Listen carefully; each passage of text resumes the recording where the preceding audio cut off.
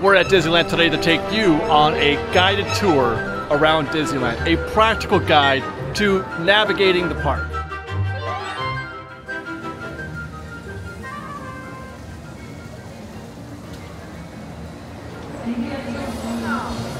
I've been going to Disneyland every week for the past 12 years or so, and in the process I've learned a lot, and I want to share some of those things that I've learned with you. Now, this won't be the kind of guided tour where I give you history, tell you Walt's apartment or the basketball court in the Matterhorn, although we may get into some of that if it comes up throughout the video. But as I mentioned, this is going to be a guided tour with respect to what I know, what I'm good at, and about how to approach this park, how to approach attractions, benchmarks and strategies, that kind of thing. For example, Disneyland Railroad right behind me. The Disneyland Railroad, as they say, makes a grand circle tour around the entire park, a round trip. And there are 4 stops on the Disneyland Railroad, each with its own positives and negatives. This, if you're trying to decide which station to board, which is the easiest way to board the train, this is number 1. And the logic behind that is that this is the one where most guests deboard. That's what you're looking for when it comes to getting on the Disneyland Railroad, is which stop has guests deboarding. Most of them deboard here at the Main Street station. Now there's marginally more competition. There's the queues tend to be a little bit longer here as well because it's the Main Street station, but it's still the most economical, the most advantageous way to get on the Disneyland Railroad. Plus, it's the right way, if you ask me. If there's, hi guys. Nice to see you. You too. If there's a right way and a wrong way to do anything, which generally there isn't, but if you're gonna make me choose, the right way is at the Main Street station. And with that, we'll head down Main Street.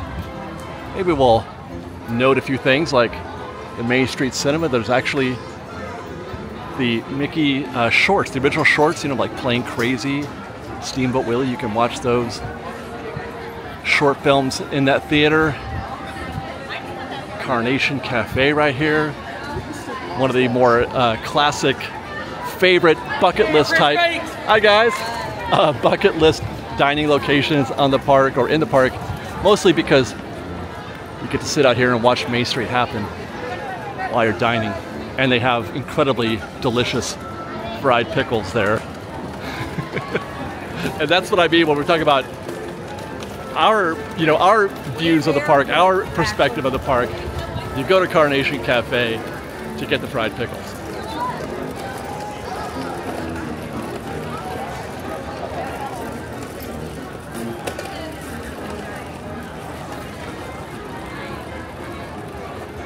Now, if you're watching this because you're new to the park and you want a guided tour, we're approaching the hub, as they call it, where the partner statue is, Mickey and Minnie up there.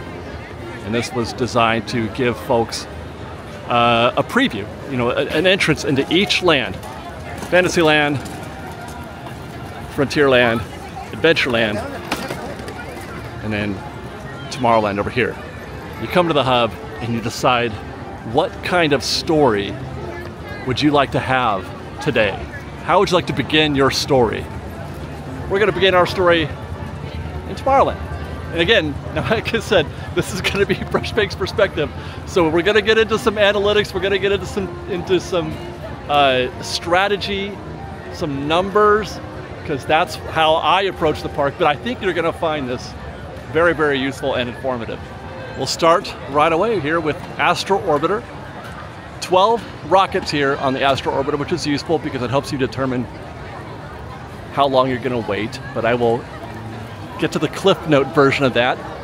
It takes 4 minutes to cycle a complete rotation here, to go from launch to launch. 4 minutes, and in that 4 minutes you're going to cycle approximately 20 guests per cycle.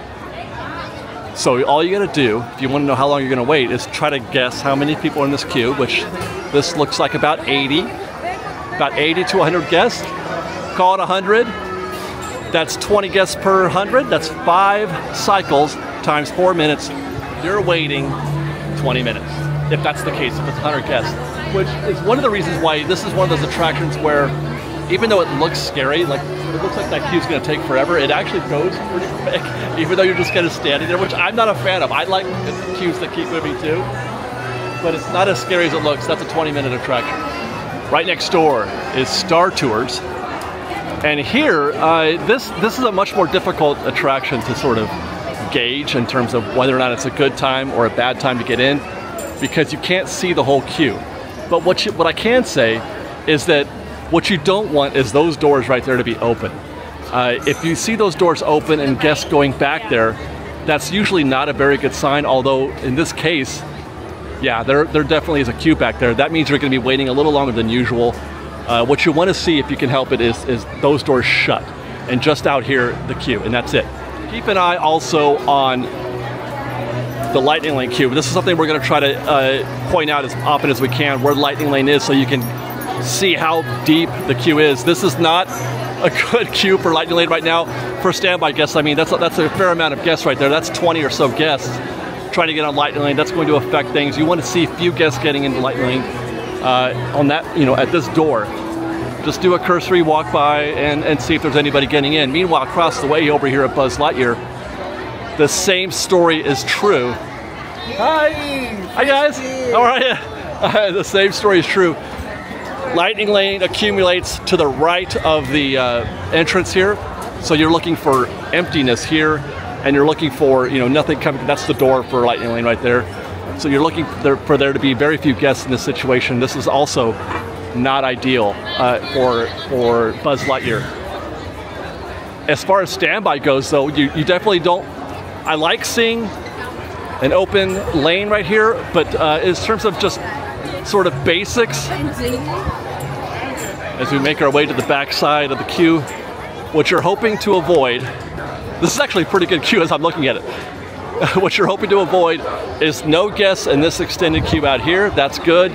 And few guests or none curling around to the backside towards Pixie Hollow, which there is an accumulation of guests there, but this is still, you know, if you don't see any guests back there and nothing here, you're in good shape. Get in that queue. All right, so that's a fast start. Knocked out 3 attractions real quick there at the entrance to Tomorrowland. I hope you guys have got your notepads, pens, and paper out and jotting this stuff down, because you're gonna want to sort of catalog this in the back of your mind as you're walking through the park. Just making casual observations as much as you can, as many as you can, while you're walking through, so that you can make those decisions. Now, this guided tour is going to take us through dining locations as well. Right next to Buzz Lightyear is the Galactic Grill. This is a great location for your basic, you know, comfort foods, cheeseburgers, chicken sandwiches, and lots of seating. Now, we recommend mobile order just about every chance you can. Use it. This is one of those locations where I do recommend it, especially if they're not running a full complement of windows. What you're looking for, if you're trying to go standby, if you don't want to use mobile order, you want there to be at least 4. Which I think that's generally the maximum they're going to have. You want there to be 4 windows available for standby, such as the case today. There are 4 standby windows, but if they're running only 2 standby windows, you know, you might want to get the app out and save some time that way. In this case, standby is starting from the right. There's a lane right here, that's 1. Window 8 is 2. Window 7 is 3. Window 6 is 4. And then window 5 begins the mobile order pickup window. So they're saving half the windows right now for mobile order and half for standby. It wasn't that long ago where just the far right side was being used for standby and everything else was mobile order. As I mentioned, lots and lots of seating, although it's necessary because this place is very popular, because they serve, you know, the basics, the cheeseburgers and the chicken sandwiches, but you've got a terraced set of seats up there. You've got these here. They've also started using this stage area for seating, which is kind of a new development. It used to be that you never had tables out here, but that's because they don't do anything here anymore. They don't do anything here. This used to be Jedi Training Academy, the nightly live performances, live music. This stage could actually, you know, go down below and then come back up and bring you a band or whatever. But they haven't done anything on this stage for a long time, so it's now just seating. Lots and lots of seating. You can see more behind the stage all around the corner. Most people know all about that. They can see that. But the one thing that I'm going to mention here is there's another little nook that people forget about. Hey guys. And that's this little section back here. This is sort of a secret spot.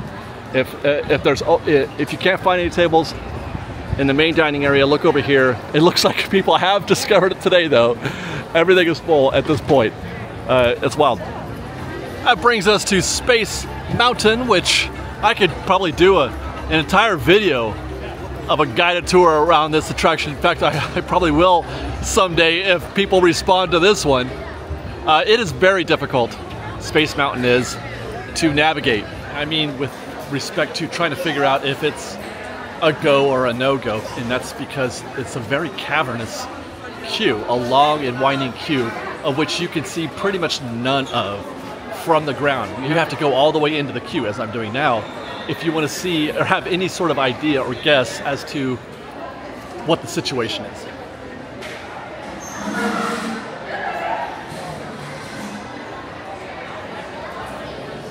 Actually, before we even get into the standby conversation, left lane is for Lightning Lane, right lane is for standby. This is where the two split. Standby is going to go around the corner, back into that extended queue back there. Lightning Lane makes a left. They hug this and mix in with guests on the other side of that wall.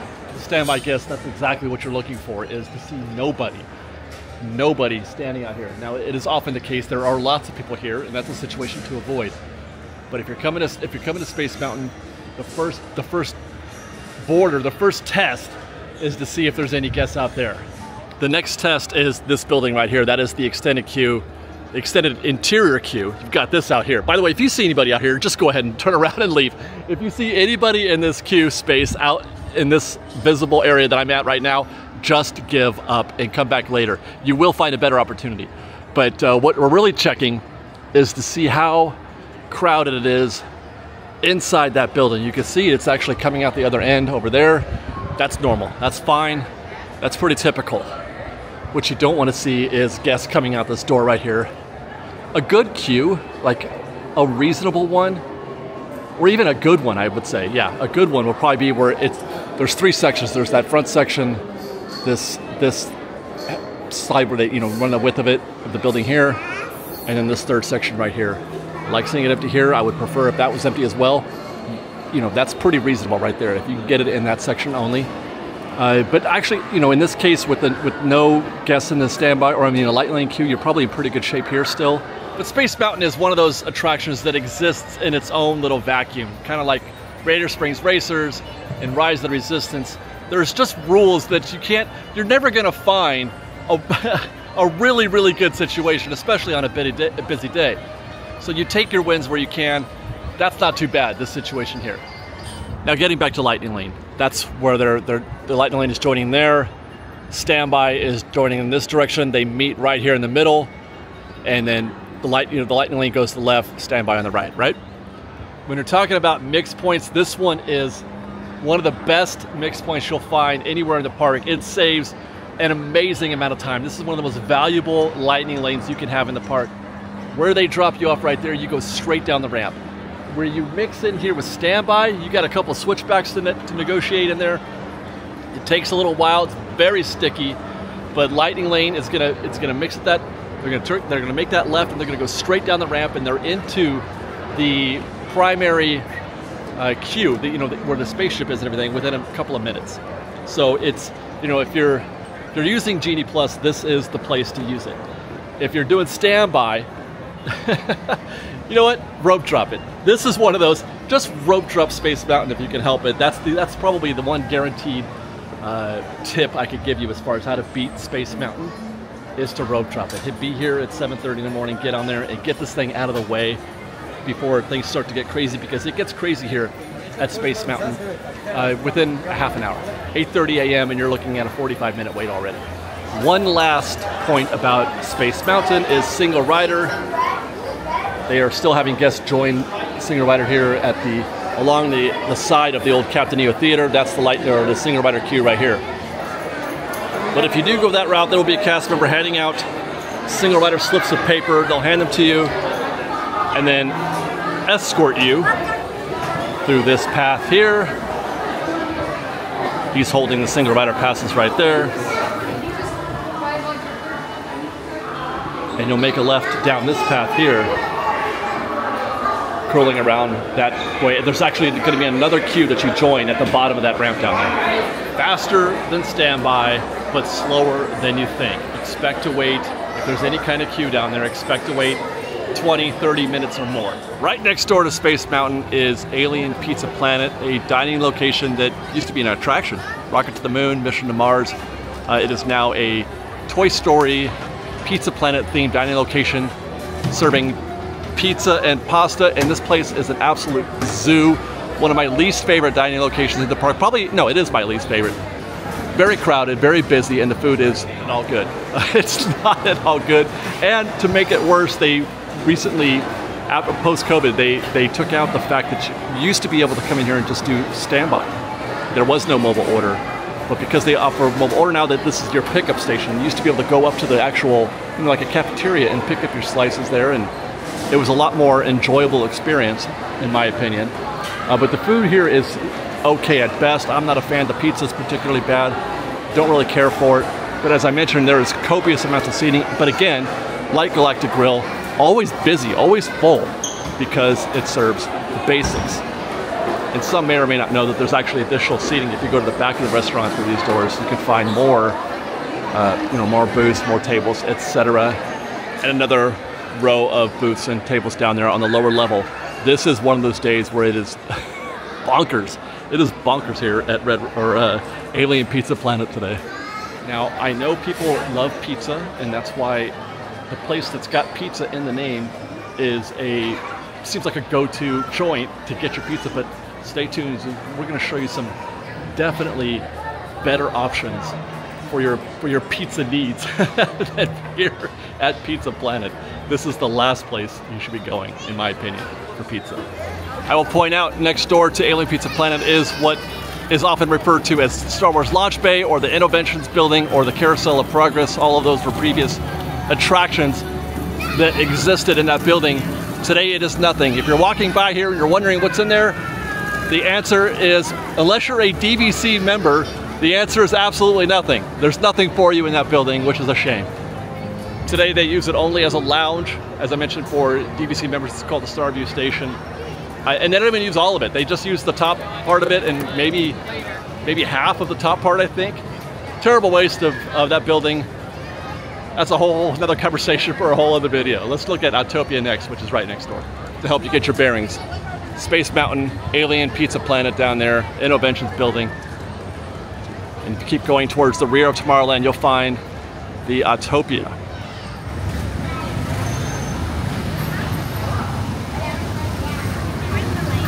To the uninitiated, to the casual guest at Disneyland, Autopia can be a very confusing attraction to try to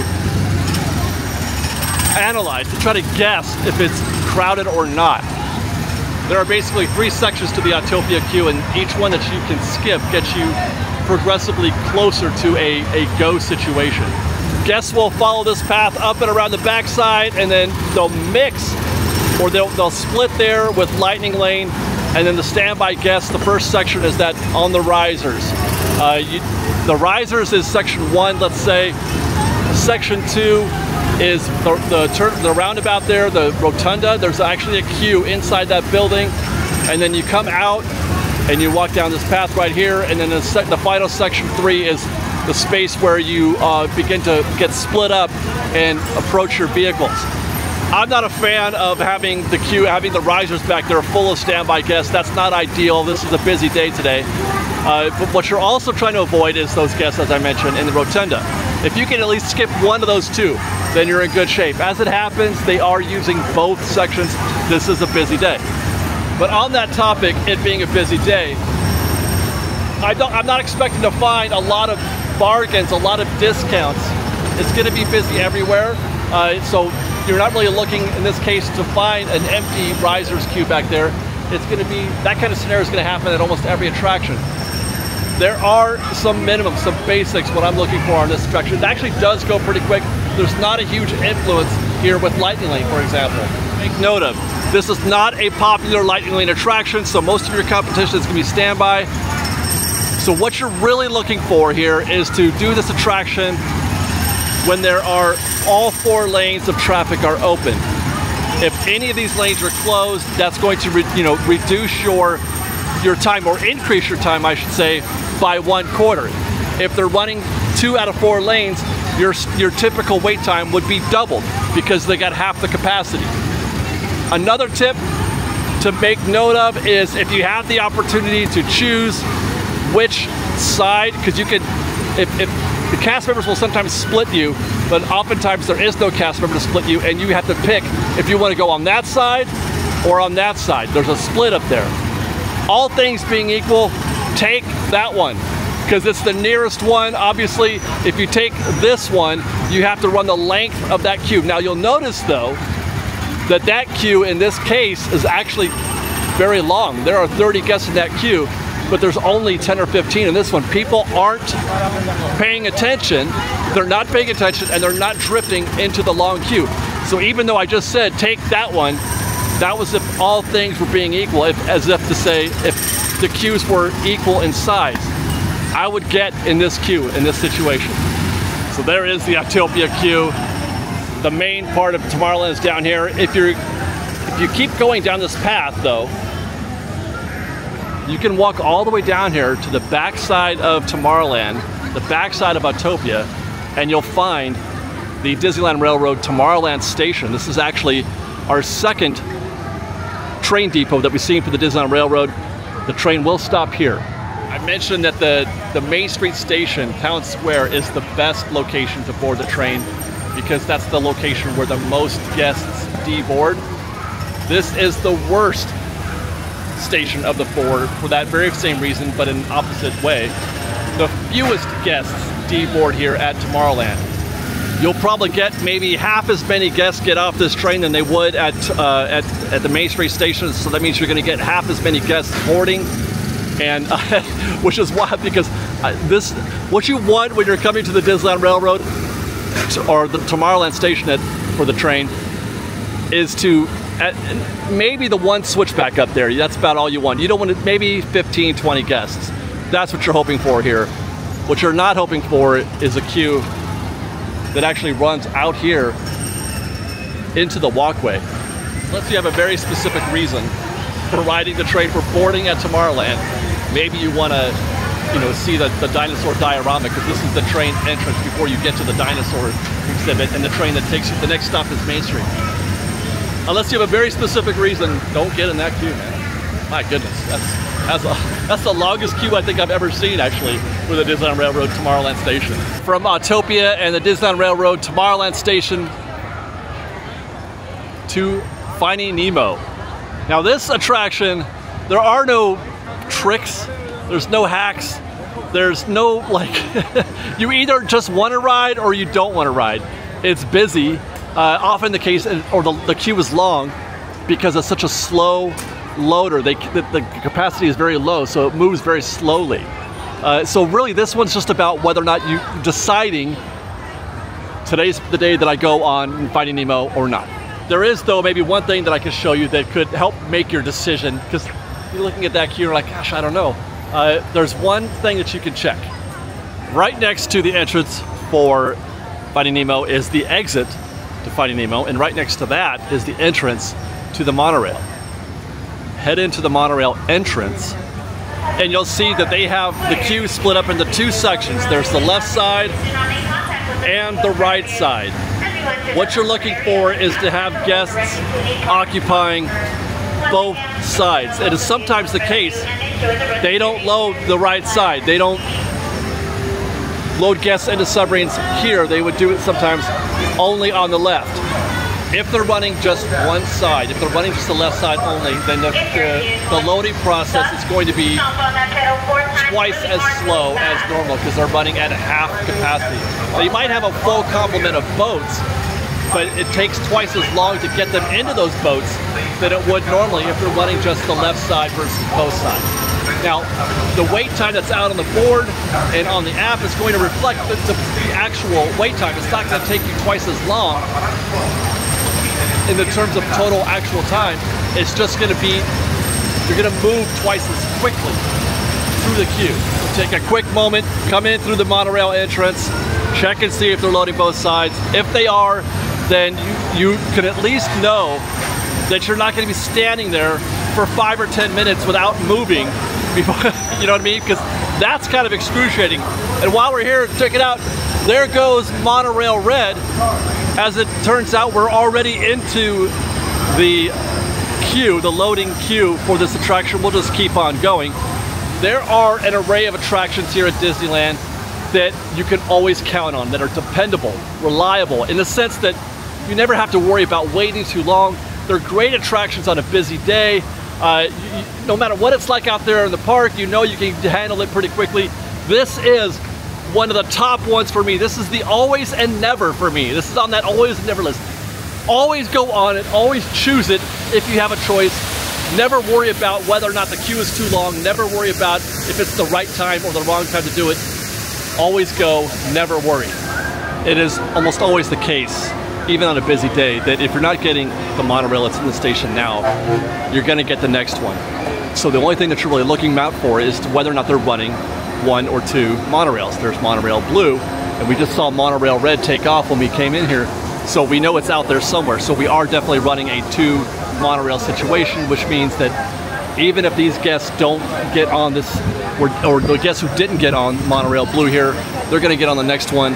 And if you don't get on this one, if you're back there in the queue down the ramp, which they didn't get everybody up here on the platform, they're gonna get on Monorail Blue when it comes back around.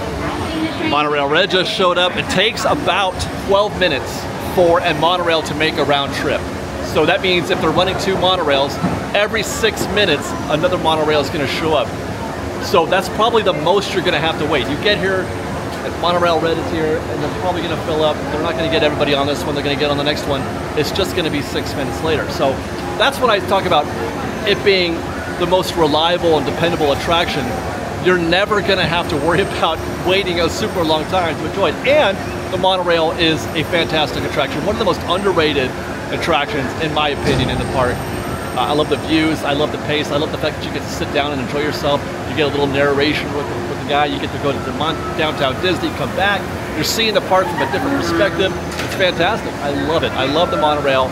#1 in my book as far as attractions to do when you're not sure. I don't know what to do. It's too busy. I can't figure out what to do next. Matterhorn is an hour. I don't feel like doing that. Space Mountain is an hour, whatever. Hey, get on the monorail and spend 30 minutes enjoying Disneyland. So they've loaded Monorail Red. It's about to take off. And that's what I'm talking about. Here comes Monorail Blue, right in time. So it's 6 minutes. It's 6 minutes to get this one out of here and get the next one in the station.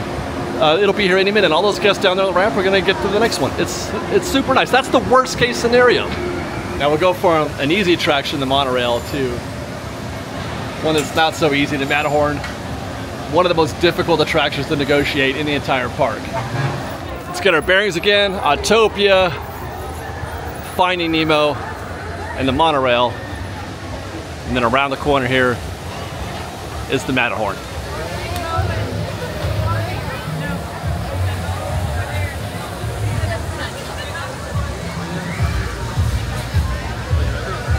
One of the reasons why it's so difficult to navigate the Matterhorn is because it's such a huge influence with Lightning Lane. Like Space Mountain, this is one of those attractions, if you buy Genie Plus, you're gonna use it here. They don't use Genie Plus on every single attraction, most guests don't. But there are 4 or 5 that they definitely do. Space Mountain, Matterhorn, Big Thunder, Indiana Jones. You know, it's a guarantee that those attractions are gonna be hit. So you can never tell exactly how long your wait is going to be for sure, because Lightning Lane at the Matterhorn is so volatile. It's very elastic. There's a bunch of people, and then there's none, and then there's a bunch of people. So you've made the decision to ride the Matterhorn. The first thing you do when you get here to sort of confirm that decision is to check Lightning Lane. This is where the queue splits, or where the guests split. When you enter, everybody goes through the threshold, standby on the left, Lightning Lane on the right. How busy is Lightning Lane in this section? You want an empty queue, obviously, but 10 guests, 15, I don't know, 30. At this point, it's actually kind of a busy situation.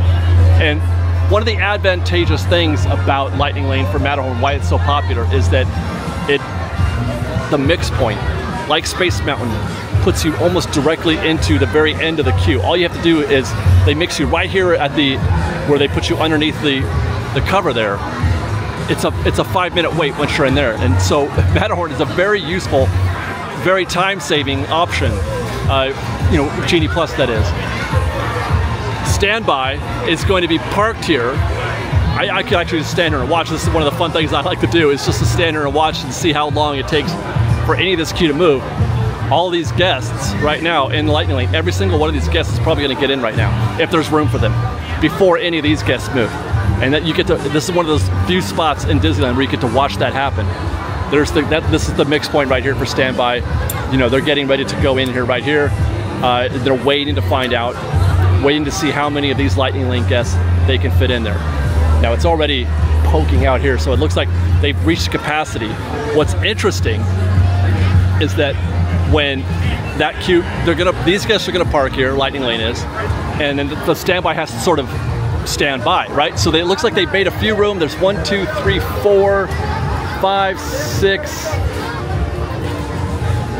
They let 6 standby guests go in for, I think it was like maybe 15 or 20 Lightning Lane. And as soon as there's any room on probably this side next, they're gonna ship all of these guests.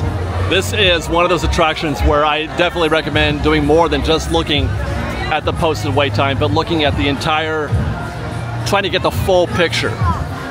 As far as standby goes, there are a few things you can look out for. This right here is good, actually. Seeing all these empty switchbacks out here, that's really, really good. I'm in favor of that. Also, this extended section right here, it is often the case where that's got a bunch of guests in it. And now sometimes the Matterhorn queue is very elastic. It's not a fixed boundary. They will grow the queue and shrink it as needed, which is one of those, why it's difficult to say for sure how long it's going to take. For example, there will be cases where, you know, you might have some guests here in this queue, which makes it look busier, but then they're making a right turn right here at this pole and heading back into the queue. Whereas today, they're sending the queue back here. Hey, how are you? They're sending the queue back here around the side of the mountain, and they could actually, you know, you could fill this up here as well. You got a gap there.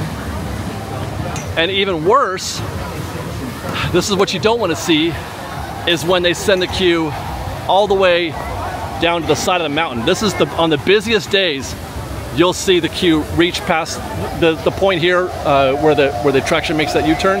This is another cutoff point right here. You know, on a less busy day, they might send this queue that way instead of having it grow even further down here, which is just, it's getting worse and worse. Which is why, even though we saw those switchbacks out there in the front of the queue, we saw those empty, those 3, and that's a good visual, it's negated by all of this happening on the backside of the mountain. So you have to kind of, it's a drag because you have to kind of make a full inspection of the entire queue, but at least you can, which is, oh, thank you, thank you. At least you can, so there's that, whereas you can't put eyes on the queue at Space Mountain or inside Indiana Jones or on Rise of the Resistance. You can't see inside, but you know, that's a whole nother conversation. Here at least you can. Matterhorn is another one of those. It's why it's number 2 on my rope drop list of attractions that I recommend rope dropping, and in that order. Space Mountain first, Matterhorn second, and that is because it doesn't take long for the Matterhorn, like Space Mountain, to achieve max capacity. It'll be that way within the first hour, 90 minutes or so. By 9:30, 10 o'clock, it's operating at 45, 60 minutes on a normal busy day. And as I mentioned, Single Rider is also quite popular here. This queue that we're looking at right now, which is on the longer side of things, you're looking at probably 30 minutes. You've got to go this stretch. They put you in at the same point where Lightning Lane and standby guests mix up there, and then they have their own queue on the rail on the other side. That also has 10 or 15 guests in that queue. So very competitive Single Rider is here at the Matterhorn. So that's the Matterhorn. We'll take a quick break from all of that deep analysis to say hi first to the monorail, and then also to look here across the way is Edelweiss Snacks. Edelweiss is where you go, one of the 2 locations that you can get a turkey leg. There are turkey legs here and a turkey leg at Frontierland. This is one of those. You can also get, one of the things I recommend here is the cheesy garlic pretzel bread and the bratwurst. Both of those are available here, both very, very good. Highly recommend. Hey guys.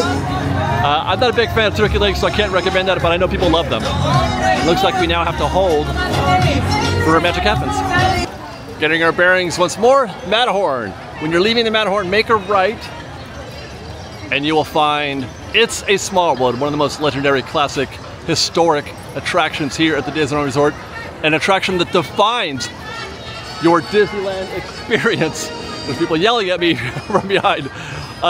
This is a must-do, in my opinion, for any enthusiast of Disneyland. Anybody who's coming to plan a trip and you know, you want to get the Disneyland experience, you have to go to Small World. The great thing about Small World is that it too, like the monorail, it too is an always and never.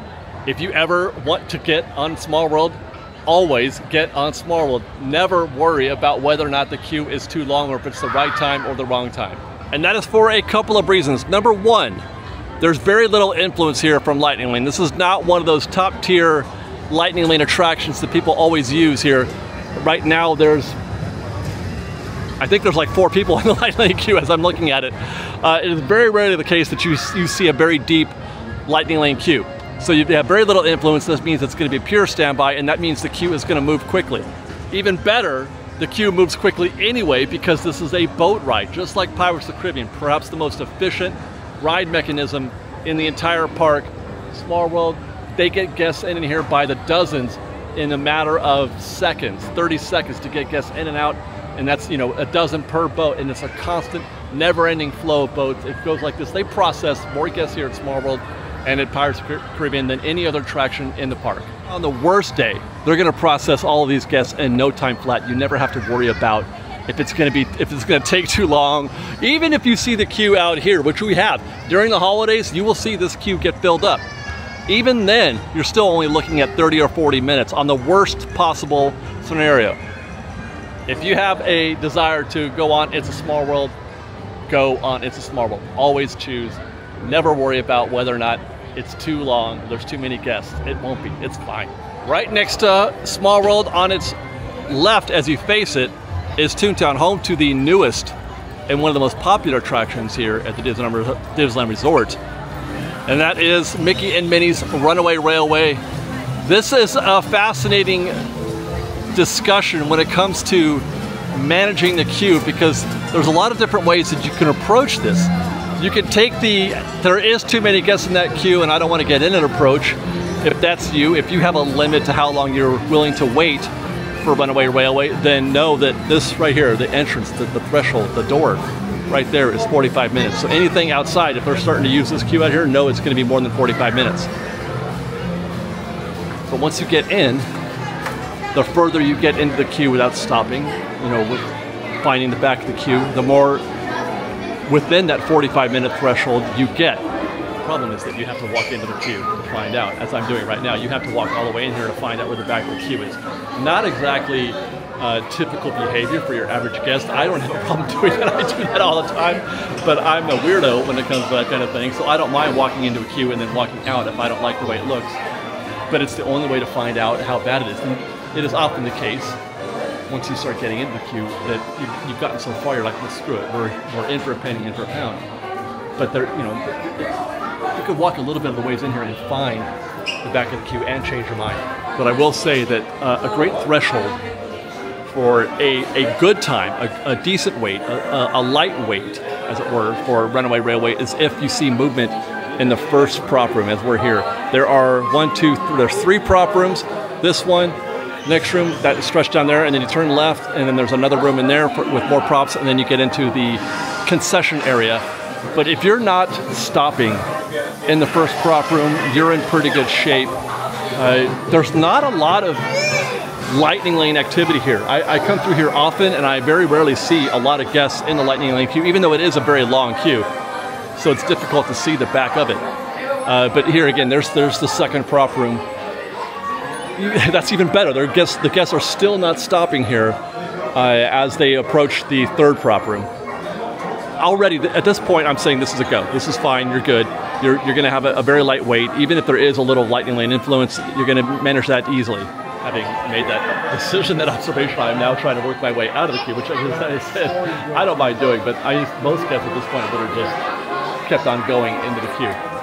One of the reasons, again, why I'm not worried about Lightning Lane on this attraction is that where they mix at the theater, where there's the screening room where you get to watch a perfect picnic. The reason why that is because they load the entire theater all at once, 30 or 40 guests, as opposed to being on a regular roller coaster where they're loading guests 5 or 6 at a time, and there's more. You have to wait, send a few guests, send a few guests, that kind of thing. Here they can, if there's 20 or 30 guests in Lightning Lane, which is usually never more than that, they're still not going to fill the entire theater, and they're going to send a bunch of standby. And then the next show opens up, and they can probably send the rest of that, or they can send a few more of Lightning Lane, whoever show up, and then fill the rest of that up with standby. So they blend in very economically, Lightning Lane does, with standby. So I'm never too worried about standby, or Lightning Lane being a problem. And finally, I just don't worry about it at all. If I have a desire to ride Mickey and Minnie's Runaway Railway, I just do, because it's a wonderful queue. It's the kind of queue that I don't mind spending 30, 40, 50 minutes in, because it's fun, it's delightful. There's lots to look at and see and enjoy. It's a lovely queue, one that makes waiting fun. And that's a rare thing in a theme park, at Disney parks, or anywhere really, is making the queue part of the show. It's something that Disney's gotten a lot better at over the years. Rise of the Resistance, Indiana Jones. As the attractions are made today, they're made to be fun all the way through. Queue is part of the show. Same thing with restaurants now. They're building restaurants that way. Tiana's Palace. It's part of the show. Shopping at Galaxy's Edge, part of the show. Building a lightsaber. They're making it, the whole thing, a 360 experience. Runaway Railway, I just get in it. But if you were looking for an advantageous way to enjoy it, then that's what you're looking for. You're looking for a standby queue that gets all the way into at least the first proper before you find the back of the queue. Now, Toontown has more than just attractions. They've got 2 meet and greets here that are a lot of good show. You can meet Minnie Mouse right here at Minnie's house. Now, this is a situation where they have 2 different ways that they set this up, and it makes a big difference in how you enjoy the meet and greet, or how you enjoy Minnie's house. Sometimes they'll have Minnie right up here. As soon as you go through the door, you can see the cameraman there taking pictures. As soon as you go through the door, Minnie's right there, and guests get their photos with her. They also have it set up where she's out here having a tea party in the backyard, and that's where you get your picture taken with Minnie. If it's set up like this, you don't have a choice. You cannot see the rest of Minnie's house. You cannot go and enjoy the house, which actually is really cute, and it's fun to be in there, but there are times when I just want to see the house and I don't want to meet Minnie Mouse. I don't have that option here. I have to meet Minnie, I have to wait in this queue to meet Minnie, and then I can go through the rest of the house. But if they have the Minnie meet and greet out here, the queue kind of sets up behind the house a little bit, and you're able to just go and you have the option, the choice of walking through the house a little bit, enjoying it, and then just making a left turn and skipping the meet and greet. And then right next door to Minnie's house is Mickey's house. There's only one way to meet Mickey, but you have the option of not meeting him. You can watch and you can go through the entire house, as we're going to in this moment. We can walk through the house. We can take as much time as we want looking at all the different, pardon me guys, sorry.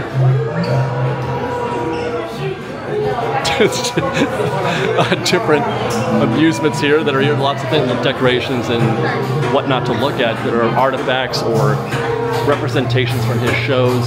You can watch this or go through this house at your own pace, at your own leisure. There is no queue per se at this point in the house yet. You can just walk through and stop where you feel like it, check things out, turn around, and come back the other way. Although I think these guests don't know that there is an alternative way out of here, which we're going to discover here in a minute, which is the reason why we're walking all the way into the house.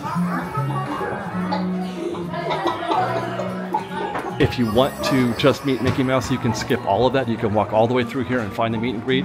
If you just want to look at his house, you can take your time looking through the house and then skip the meet and greet, which happens right around this corner. There's the sign to meet Mickey. And they queue the guests up here while you can enjoy some short. This queue is actually very, very light. Normally this whole space is filled with guests. They bring them in about groups of maybe 10 or so, depending on how many actual Mickeys there are. But this is a very lightweight. These guests will see Mickey here in about the next 5 or 10 minutes. But if you don't want to wait in this queue, if it is out here, sometimes I've been in this house before where the queue went around the corner and out down the hall. If you want to skip that, you just want to go to the house, you can return to Toontown right here. Go to the door. This is not backstage. This is a proper exit.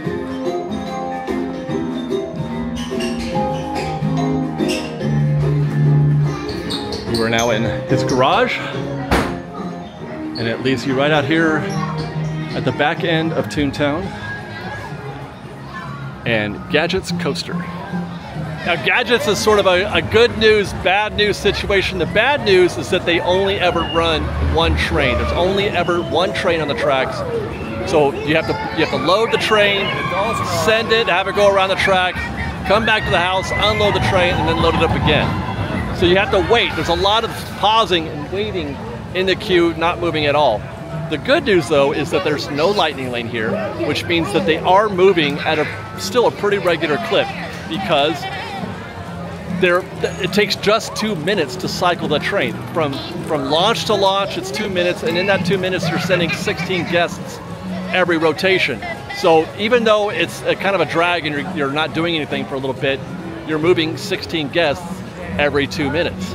All you have to do is a little math and, you know, kind of figure it out. You have to guess how many people are in the queue. The back of the queue in this case is right here, so I'm gonna say it's gonna wind that way, it's gonna come around, make a U-turn, back up there, then make another U-turn and back into the house. I'm gonna say, what, we call that 100, maybe 200 guests? 200 guests divided by 16, that's the amount of guests you can get in a vehicle. 200 divided by 16 is 12 and a half. That means 12 and a half rotations to cycle the entire queue. 12 and a half times 2 minutes per cycle. That's 25 minutes that you're gonna spend in the queue if you were able to eyeball that. Which, by the way, as it turns out, that's exactly what happened here. I just looked at the board and it said 25 minutes, so that means there probably are about 200 guests in this queue. So figure where the frog is, that's the back of the queue. Figure 200 guests from there at the halfway point. If you can get over to here, you're at 100. That means it's about a 15-minute wait. So like Astro Orbiter, sometimes it looks daunting, you know, like you're bummed because it's going to take forever for the queue to, you know, to move. It doesn't move at a brisk rate. You have to wait for the vehicles to cycle. It still moves pretty quick though. I'm a fan of that attraction anyway. I love Gadget's Go Coaster. It is a fun ride, and I would say there's not a lot of situations that I'm afraid of. I mean, sometimes that queue gets out there near the threshold. I might skip it then, but and that's mostly because it's kind of exposed. There's not a lot of cover at that queue, so on a warm day it's not exactly pleasant, but it's a fun queue to be in, I think. On our way back from the backside of Toontown, we'll stop here at Cafe Daisy real quick to let you guys know that this is one of the options. The pizza here is actually better than the pizza at Pizza Planet. It's still not my favorite. It's not the best pizza at the joint, but they do have pizza, and it's a flop over. It's a foldable pizza kind of thing, kind of like a calzone almost. Get that here at Cafe Daisy. They have mobile order and standby. Obviously, the mobile order is probably not necessary. The queue usually isn't too bad to get your food here. The trick with Toontown and Cafe Daisy is finding a place to sit. There actually are some tables out here right now, which I'm kind of surprised because it is a busy day, but it's often the case that it's very difficult to find this. Oh yeah, that's why. It's because they have no cover here, or very little cover. But it's hard to find a shaded spot to eat. Like all that down there is going to be full almost all the time. So that's the difficult part. There's not a lot of options. You don't have a lot of plan Bs here, alternate spots to stop and sit down and eat. There are two picnic areas, which, you know, we were just back there. I'll go show you that right now. There's Popcorn Park, which is over here. We were just here at the Gadget's Coaster. It's to the right of Gadget's, in between Gadget's and the exit to Mickey's house. Popcorn Park is here. It's nice. It's kind of a secret place. People don't really know about it, although it is often not, you don't find a place to sit here. The benches and the little seating areas here are competitive, and also, like in this case, exposed to the sun. But the benches here, these weren't always here before. Actually, they've added these in recent times, so they've added more. But you could sit here and enjoy your food. And there's a park out in front of Roger Rabbit's Cartoon Spin with even fewer seating options here. I mean, you do have the rail here, which actually isn't bad. It does give you a little bit of shade. Typically, these are pretty competitive, and then the bench is out here. It's just not as convenient or as comfortable as getting a proper table at Cafe DZ, but it is an option. I'm surprised there aren't more people out here right now, considering again how busy it is today. But these are your options for seating at Toontown, which takes us to Roger Rabbit's Cartoon Spin. This is one of the most diabolical attractions when it comes to navigating in the same way as the Matterhorn or Space Mountain. The entire queue is hidden, obscured in that building, all of it, everything. It is very rarely the case the queue ever comes out here. By the way, if you do see a queue out here, just turn around and go look and go try something else. You do not ever want to see a queue sticking out here, nor do you want to see a Lightning Lane queue sticking out of that attraction. Lightning Lane is the other issue with standby here at Roger Rabbit, because it is a popular choice, mostly because it's usually a 45 to 60 minute wait, and so people want to use their Lightning Lane here. By the way, on the topic of Lightning Lane and its value, this is up there, top 5 in most valuable Lightning Lanes in terms of time saved because of the location of its mix point. They literally mix you right here. They're going to go from there to your vehicle. There's no wait at all. It's better than Space Mountain. It's better than Matterhorn. They take you enter this Lightning Lane queue right here, and you're getting in a vehicle in less than a minute, because they're going to get the priority. These Lightning Lane guests are going to be the first guests sent into the next batch of vehicles. All these guests are going to get to go, and standby has to wait. The other issue that I mentioned with respect to trying to gauge whether or not you should be getting in a queue is that the whole queue, as we're walking through it now, at Roger Rabbit, is indoors, just like Runaway Railway, and it's cavernous. You can't see it. You can't even see around the corner. We're walking around corners. I have no idea where the back of the queue is right now. What you're hoping for is to get further and further into the queue as possible, but it looks like we have already actually found the back of the queue at the fire exit door. This is one of the prop rooms here, and this is actually, you're hoping to do better than this. The queue will kind of meander around a little bit. It'll make a left and then a right, then a left, and you get to the saxophone area and the dip and all that. That's more ideal when you're trying to get into, if you're trying to find a light queue as we leave, because I don't want to get back there too deep. But as you walk through here, you're looking for a queue that gets it maybe to the saxophone room. That's ideal. This isn't too bad though. I would pin this one at about 45 minutes, which, as far as Roger Rabbit goes on a busy day, not too bad. So keep that in mind, by the way, if you are a potential Genie Plus purchaser and you want to know which ones to use, what's ideal. Roger Rabbit, you get all of the discount. You get every minute of time on that standby board. And by that I mean, as I mentioned, the mix point is right there at the vehicle loading area. So if the posted wait time is 40 minutes, you're going to save 40 minutes. On the other hand, Space Mountain, posted wait time is 60 minutes. You're probably going to save about 50, because it's going to take you about 10 minutes to get from the mix point to the actual loading area, because you mix at the top of the ramp. Or actually, no, you mix one ramp above the top of the ramp, if you could visualize that. So it takes a few minutes to get down there. It takes a few minutes after the mix point. Matterhorn, it takes about 5 minutes to get through that covered area. There are good mix points for Genie Plus for Lightning Lane, and there are bad ones. That one, Roger Rabbit, they don't get better than that. So that's Toontown and Small World. We will reverse course and head back into Fantasyland proper via this not so well traveled path. A lot of people skip this path. They're not aware that it's here. It's nice and lovely and shaded. A little bit of a quicker and less crowded route than trying to go through the street proper there. And it is going to reveal to us in a second Storybook Land canal boats, which is an underrated attraction in terms of how long it takes to wait. It looks intimidating, and what we're looking at is the queue right here. That is the Storybook Land canal boats queue. There goes Casey Jr., which is always one of the best reasons to ride Storybook Land, is to watch Casey Jr. But the queue, well, you know what, we'll go over here. The queue enters right here at the lighthouse.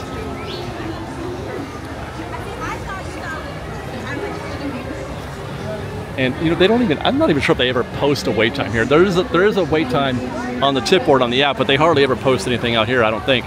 But it looks kind of stuffy and cramped, and it looks like it's going to take a while because you got to get us in and out of the boats. But it actually moves pretty quick, especially in the middle of the afternoon when they're running a full complement of boats.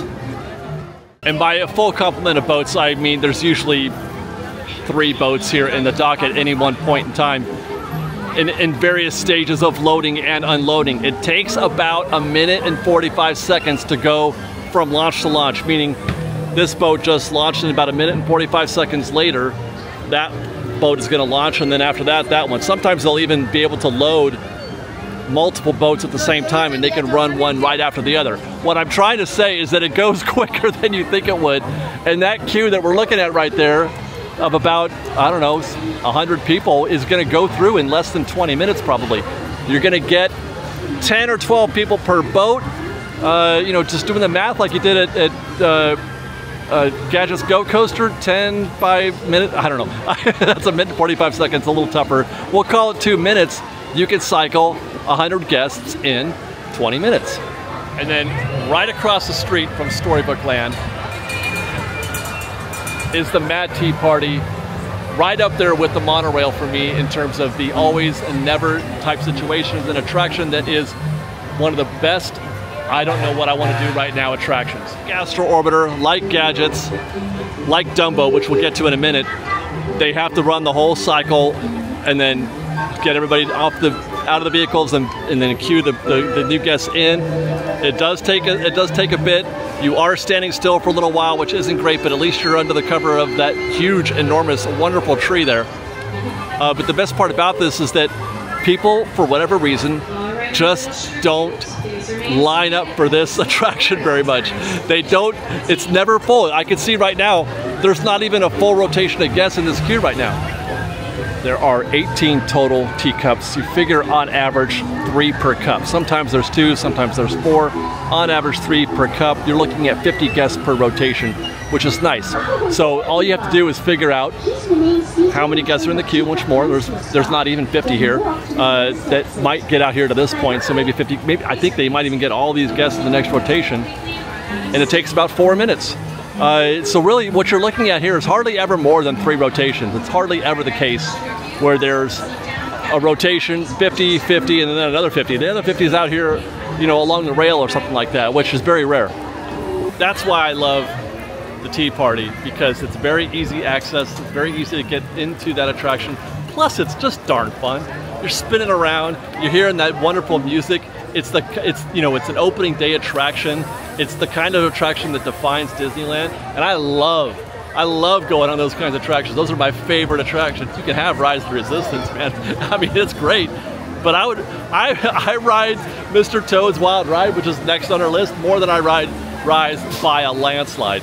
As I've often said in our State of Disneyland reports, which is something that we do every couple of weeks, where we do something very similar to what we're doing now, where we visit the entire park and walk around and give you analysis of what's happening right now at Disneyland. Mr. Toad's, there's never a queue. I'm never afraid of Mr. Toad's. No analysis is needed here. I don't have to break down anything. I don't have to break down ride capacity or wait times or benchmarks. It's a yes. Toad's is always a yes. Snow White's Enchanted Wish, also always a yes. Same for Pinocchio's Daring Journey, a yes, always. When I say yes, always a yes, I don't mean, is it a good idea? Does it seem like a fun idea to ride those attractions? Of course, that is a yes, but that's not what I mean. What I mean is that there is no queue that I'm ever afraid of. I don't care how busy it is in the park or anywhere else. You're never gonna wait very long, period. You're just not. It's gonna be of value. The queue is going to go by quick. There's no interruptions from Lightning Lane. It's, you know, these are attractions that have built-in limits. The guests have a maximum for their wait for an attraction, so if they see a queue that doesn't look desirable, they're just not gonna get in it. It's never the case on any of these attractions where the wait is just obscene. It's just never the case. That is in contrast, mind you, to Alice in Wonderland and Peter Pan. Alice in Wonderland, which is right next door to the Mad Tea Party. We're coming back, we're backtracking a little bit. There's Alice right here for those of you who are trying to get your bearings. Alice is a very, very popular dark ride for whatever reason. It is the second most popular dark ride here in Fantasyland, next to Peter Pan. This is pretty standard where they have the switchbacks out here on the outside. That's pretty standard. It's actually not that scary.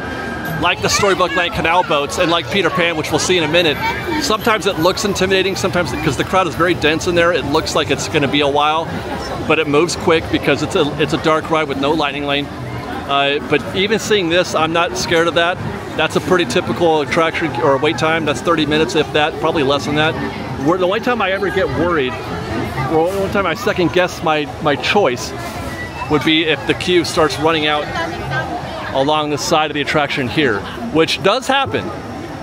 Alice in Wonderland is capable of growing a queue out here beyond its normal limits.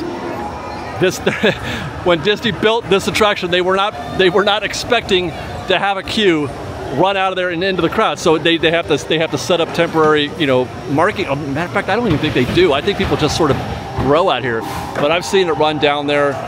Hey, how are you? Down there by the Cheshire Cat and Ariel. That's, when I see a queue out here, I'm thinking maybe I don't go for it, because now you're looking at 45 minutes, which is a pretty decent commitment for a Fantasyland dark ride. Which brings us to Peter Pan's flight, which, as we record this, is closed, so it's going to be a little bit more difficult to explain or show you. Hopefully I've got sufficient B-roll to illustrate what I'm talking about here, but there are a few benchmarks here, a few things that you can observe that will tell you whether or not it's a good idea to get in the queue. Peter Pan is consistently 30 to 45 minutes. Sometimes it grows to almost an hour. Very rarely does it drop below 30 minutes. How you know if that's the case, besides what's on the tip board, because the tip board lies on a regular basis, is by looking at which parts of the queue is being occupied by guests. You will expand and retract based on how crowded it is, and they do it in a certain pre-programmed order. For example, this is one of the spaces in the queue that gets used up last. So if you see this empty, that means that we're in a pretty light situation. They'll fill up, this queue, this area up here first, those switchbacks up there. They'll run it down this length, and then if it gets even more busy, they'll run it over here and they'll extend it down this way. If you see this lane open, that's a good thing. Likewise, they don't always fill up all the switchbacks out here in the front of the attraction. It looks like they should, or they would, but it is often the case, it is typically the case where just the right two switchbacks are being used, or this half sending guests that way, and this half is empty. So if you see this empty, if you see that empty, or if you see that section over there by the gift shop, that's a pretty good sign that you're looking at a 20 or a 30-minute wait, or a 30-minute wait rather than a 45 or a 60-minute wait. This is wild. When I had the idea to do this video, I'm like, I think I could do this. I think I can. I think I could spend a whole day walking around giving. There's a lot. I hope you guys are taking notes, because there is a lot of premium intelligence being, and by that I mean recon intelligence, being doled out here. This is good stuff. I want you to know that. Let's go check out Dumbo. There's basically, I've narrowed this down to two halves. Dumbo is the exact same type of operation and time management situation as Astro Orbiter, meaning you just count the number of Dumbos and then arrive at your capacity, figure out how long it takes to rotate the vehicles, and do the math from there. But if you want a quick visual indicator on how busy things are, there's this half, these switchbacks right here, and then there's the back half, all right here. If you see this empty, you're probably pretty good. If it's just the front half, you're in really good shape. That's going to take you 20 minutes on the outside, maybe 30, but more likely about 20 minutes, because there's a lot of Dumbos. They can fit a lot of people in this attraction.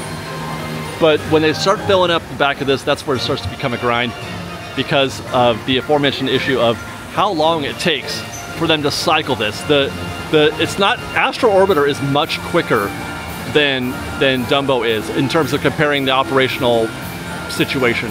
Same thing for Tea Party. They can get guests in and out. For whatever reason, it takes a lot longer for them to cycle guests in and out of the Dumbo attraction. So if you're looking for a quick visual identifier, just look for an empty back half. If it's just the front half, you're in good shape. Back half, you might want to try something else. Right next door to Dumbo is Casey Jr., one of my favorite attractions in the entire park, and one of my favorite visual hacks that you'll find anywhere in the park. It's the coolest little thing that you can pay attention to, because when it works, it works. There are two states of Casey Jr., two modes for Casey Jr. One train or two trains. 6 minutes to load the guests, make a full trip around, come back to the station, unload, and then launch again, 6 minutes. That's if there's one train, and you have to wait for that 6 minutes for that train to come back around. If there's two trains, that cuts the launch to 3 minutes. Cuts that time in half, which is incredible. So you're saving half the amount of time that you normally would. This is important because it is often the case that they are running just one train. It is less often that they run two, so when you see two, it's a victory. And you definitely want to take advantage of that. There goes the second Casey Jr. right now. So when this Casey's done loading, and it sends their guests out into the end of the track, it'll be just a matter of seconds before that other train is back in the station. Cuts the effective size of the queue in half on days where they're running two trains or times. So if they were running just one train, imagine this queue going down the steps out here towards Dumbo, which they are prepared for. That is a thing that happens on a regular basis when there is just one train. The queue winds up coming down here. That's why you see just that size queue. This is actually a busy day for Casey Jr. because you have this size queue and there's two trains running. If there are two trains running, there is no queue that I'm afraid of. It is always a go. Absolutely get in any kind of queue that has two trains. Don't even worry about it. If there's one train running, you kind of want it to be maybe at the outside where this chain is. You kind of want it to, I mean, preferably even inside the turnstile, because you're going to get, that's about, this pen right here is this pen right here is the next train. They'll count guests off, and however many guests can fit on a full train, they'll squeeze into that pen, and then when they get everybody in there, they'll cut that off at the turnstile right there, and then that's the next train. So if you're outside of this pen, you're on the next train. So you're looking at two rotations right now. But again, that's just 3 minutes each. So the back of this queue is going to be on a train in 6 minutes. Might be my favorite tip of any tips that I ever talk about, mostly because I love Casey Jr. so much. I love Casey Jr. so much and the fact that it cuts your time in half. It's terrific. It's wonderful. Lastly, one real quick thing. You know there's running two trains if there's a train in the station, and you can either see it. Usually, when this train is here, there's one over there by the quilt, or actually it may be coming around this bend here any second. Oh, there it is. Yeah. So that's how you know. That's how you know if they're running two trains, if you see two trains just like that. Hey, all right. Let's turn around real quick and talk about Red Rose Tavern, the Fantasyland quick service dining location, which is a delightful place to eat and enjoy because it's beautifully themed, wonderfully decorated inside. It's really, really neat. Air conditioned, obviously, which is a delight. But the way they have set this up is really cute. You can either join Team Belle. Everything in here is themed after Belle. Or you could join Team Beast. People just choose whichever one has available seating. It can be very competitive here to find a table. It is often full, and it has to creep out into the exterior dining area, which we're heading to now, where there are obviously copious amounts of tables out here, some in better states of being protected from the elements, be that an umbrella or a tree. Some of these spaces out here are a little exposed, but there's quite a lot of them. One of the largest seating areas that you'll find in the park. So those are just the rough basics. There are two things worth noting here at Red Rose Tavern. One is this is where you get the best pizza. The best pizza in Disneyland proper is right here at the Red Rose Tavern. It's a flatbread pizza, and it's quite delicious. So if you are in the mood for pizza, skip Pizza Planet, skip Toontown, and come here to Red Rose and they have a couple different varieties. They've got the pepperoni, They now have a cheeseburger flatbread. Oh my gosh, I'm looking at the menu now. And they also have, the cheeseburger flatbread replaced the other one. There was another flatbread here, which is not on the menu anymore. But get the pepperoni. It's pretty great. Another thing is at the back of the Bell side, there's a secret little dining area, which there are guests in here now, so I don't want to creep in there. But through this door is more tables and chairs set up. This used to be a gift shop, so people often don't know that that's an actual place you can sit and eat. But it's cute, it's well themed, it's delightful, it's a little bit more quiet, a little bit more private than this huge dining area out here. And a lot of people don't know about it. Now, what's interesting about this part of Fantasyland that we're in right now is that it's actually one of the two ways that you can access Galaxy's Edge. There is usually three, but right now the Critter Country side is closed. But right here at the end of Fantasyland. Before we do either of those though, let me point out that this spot right here is a rope drop location for those guests who have early entry at Disneyland, guests who are staying at the hotel. They have early entry to Disneyland at 7:30. Galaxy's Edge is closed until 8 o'clock. It's not, you can't use your early entry to go to Galaxy's Edge, but you can rope drop it here at Big Thunder Trail. You go, because Fantasyland is going to be open, you can spend your half an hour here, and then at 8 a.m. be ready to go through this point right here, and you get a head start on all the other guests that are out there rope dropping Rise of the Resistance out there at the hub. And you have a very, you're going to beat them by a couple of minutes, easy. And when it comes to Rise of the Resistance at rope drop, minutes count. Those couple of minutes could save you 10 or 15 on your total wait time, maybe more by the time everybody shows up. If you're even just a few minutes behind the crowd at Rise of Resistance when you're coming from the hub, you're gonna have yourself a 20 or 30 minute wait. But for now, we'll just head to our next destination, and that is Millennium Falcon Smuggler's Run. Galaxy's Edge, by the way, is one of the most wide open spaces. If we were in Fantasyland right now, I would have walked by 4 different dark rides. But we got to walk a bit to get to Smuggler's Run, which is a difficult attraction to gauge, again, because all of the standby queue is obscured inside that enormous structure up there. That is the queue. Inside that mountain is the queue for Smuggler's Run. And you can't see any of it from the ground. You have no idea where any of it goes, what anything is doing, how it looks inside there. It's a very deep and cavernous queue, by the way, also. The only part of the queue that you can see is those windows right there, just to the left of the Millennium Falcon. And that's actually near the end of the queue. Sorry, guys.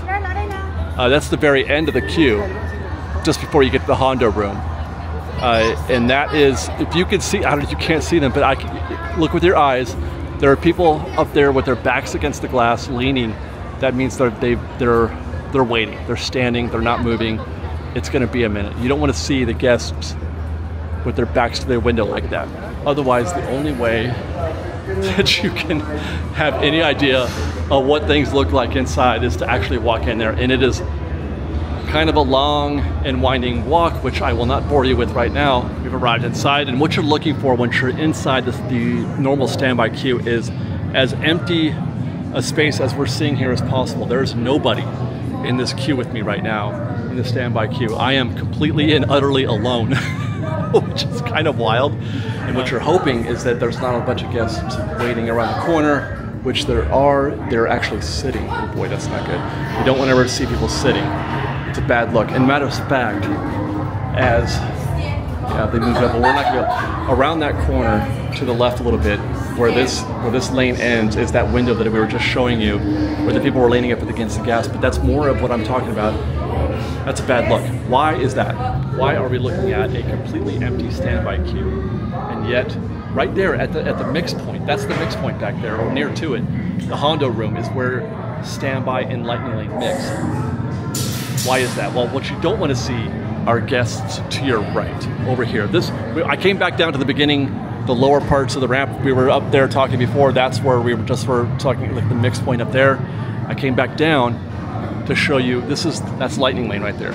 So there's nobody in standby. Everybody in this queue is in if you're in Smuggler's Run right now, you're pretty much in the Lightning Lane queue. As a matter of fact, it's bad enough that there's guests in that ramp there, but they're also in the lower ramp. There's a whole 2 ramps there of Lightning Lane guests. That is terrifying. That is pure terror for me as a standby guest, because this isn't the quickest loading queue. They go in batches because the queues, the mix point is at the Hondo room, which means that they send, I mean, they fill them all up at once, 40 or 50 guests at a time. But although while you're waiting for that, you're standing around and doing nothing, and you're going to be waiting for all those guests for some reasons that I can't quite fathom. This attraction is incredibly popular with Lightning Lane users. They flock to this attraction, and that's what causes these 60-minute standby wait times when there's nobody else in the queue. Standby tends to avoid this queue, and it's for Lightning Lane only, and I just cannot understand why. Now, I can't explain why Lightning Lane has such a negative impact on standby, and it's because of the fact that the guests load into the Hondo room all at once at the same time, where the standby guests collect and meet at the same point with Lightning Lane. We're all waiting. We're waiting for the next Hondo room to open up. And so the Lightning Lane guests are going to have that priority. They're going to send a bunch of them in there. And if there's room left for standby, they get to go in there as well.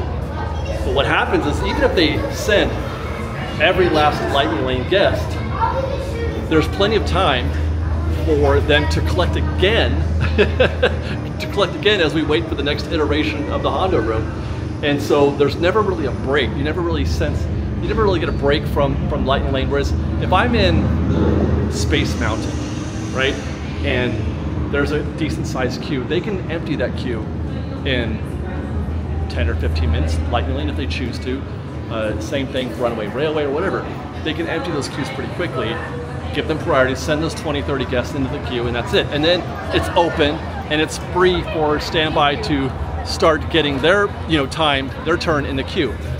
But as you're all waiting up there for the next Hondo room to open, more Lightning Lane is collecting, and it gives them a chance to catch up. There's never that lull where, like, okay, Lightning Lane has stopped, let's send some standby. Lightning Lane never stops at Smuggler's Run. Even more so than Rise of the Resistance, which is going to be our next destination when it comes to the attractions. But even Rise of the Resistance has lulls. They have drops where there's nobody in the queue at all, and you can just send a whole mess of standby. So that's Millennium Falcon, Smuggler's Run, a very dicey proposition, to say the least. A tricky one. You're looking for best case scenario to get things done right at standby. We're gonna pop into Docking Bay 7 real quick just to show you guys the interiors here and show you how lovely it is. This is my favorite dining location here at the Disneyland Resort, mostly because of the kefta. The Felucian kefta and hummus garden spread. That is my favorite meal to eat here at the park, or here at Docking Bay 7. And they are pretty daring here. They try a lot of different things. They get creative, they get weird. I like that. This is why I love eating here. Plus the environment, Star Wars, etc. It's really neat, it's well themed. It's a great place to eat, and I enjoy it very much. We've got this outdoor section here as well. This is where I do all of my tip board observations in our State of Disneyland report. I get myself a Tatooine Sunset from next door, hop into one of these booths, and check the tip board. And we're going to be making our way next to Chewbacca. Ronto Roasters next door. This is where you get the Tatooine Sunset. If the kefta is my favorite thing to eat at Disneyland, that is my favorite thing to drink. The Tatooine Sunset, you get that right here. Plus you get the Ronto wrap and the Ronto Less Garden wrap, which is a plant-based sausage. I don't think that I am breaking any ground here when I say that I think the Ronto Less wrap, as good as the Ronto wrap is, the Ronto Less is better than the actual Metasaurus version of the Ronto wrap. It is really, really good. That's all they serve there, though. Ronto wrap, Ronto Less wrap, and then they have a breakfast Ronto thing as well, and then Tatooine Sunset, and they have one other drink, which I can't even remember because I never get it, because I always only ever get the Tatooine Sunset. And with that, we'll exit the marketplace and make our way to Rise of the Resistance. This could be a long story. At the end of that path and at the end of Galaxy's Edge is Rise of the Resistance. And again, on the topic of doing complete guided tours just for one attraction, this is the prime candidate for such a thing. In fact, I have already done one. We did a full complete study, 30 rides, 30 trips through Rise in 30 days. Very deep analytical process. I would refer you to that video for sure for more in-depth analysis, but I'll give you the basics as much as I can. Right now, the path to the end of the Galaxy, or the Rise of the Resistance queue, is blocked because they've closed off Critter Country and the Hungry Bear, so I can't get down there. But Rise is a very complicated attraction to analyze, basically because of Lightning Lane and then the sort of various sort of stages you can find in the queue. Long story short, without trying to put in that whole 30-minute video I did on Rise of the Resistance, there's more to this attraction than just looking at the wait time and saying, yeah, I want to do that, or no, I don't want to do that. The wakeboard, more than any other attraction, is wrong on this one, where it says it's 105 minutes, it could be half that. And then where it says 30, it could be the case where you're too late. By the time you see that 30 and you come in here and you want to get in the attraction, people have already observed that call to action and made their way down here, and they've already filled up the queue.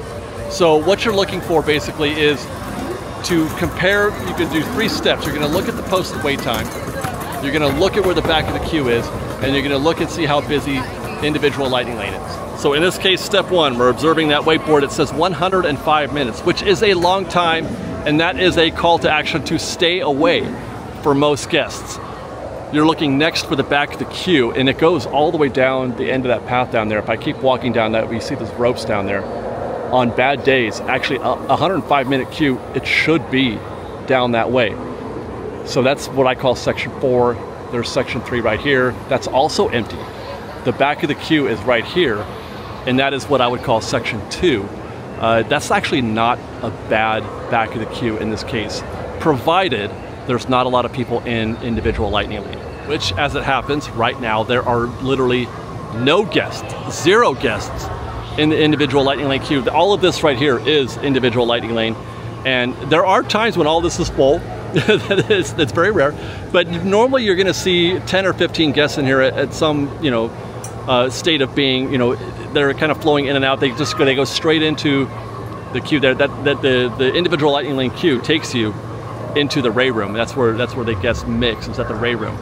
This is a wonderful sight. This is what you want to see. Without getting too deep into it, a posted wait time of 105, but the back of the queue in section 2 and nobody in individual Lightning Lane, that 105 is wrong. That 105 is most definitely wrong, and I would pin that more like maybe 40, 45 minutes at the tie-in. Actually, I wish I could get in there and show you, but I did 30 times. You have to watch that other video. I'll have a link in the description. You guys can check that out. But I've actually timed each section to kind of get an idea of where you're supposed to be. But